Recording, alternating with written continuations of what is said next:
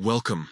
In today's video, we'll walk you through the steps to add groups to your favorites on the WhatsApp app for PC using the latest update.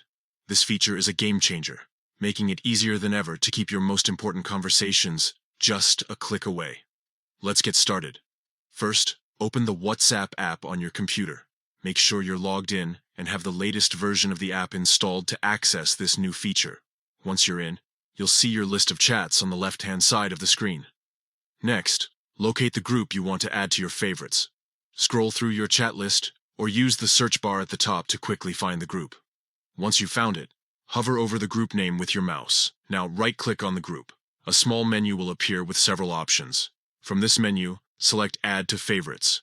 With just one click, the group will be added to your favorites list. And that's it. You've successfully added a group to your favorites. From now on, this group will appear at the top of your chat list under a dedicated favorites section, making it easier to access without scrolling through all your conversations. This new feature is designed to help you prioritize what matters most and streamline your communication. Whether it's a work group, a family chat, or a close-knit circle of friends, adding them to your favorites ensures they're always within easy reach. So, go ahead and give it a try.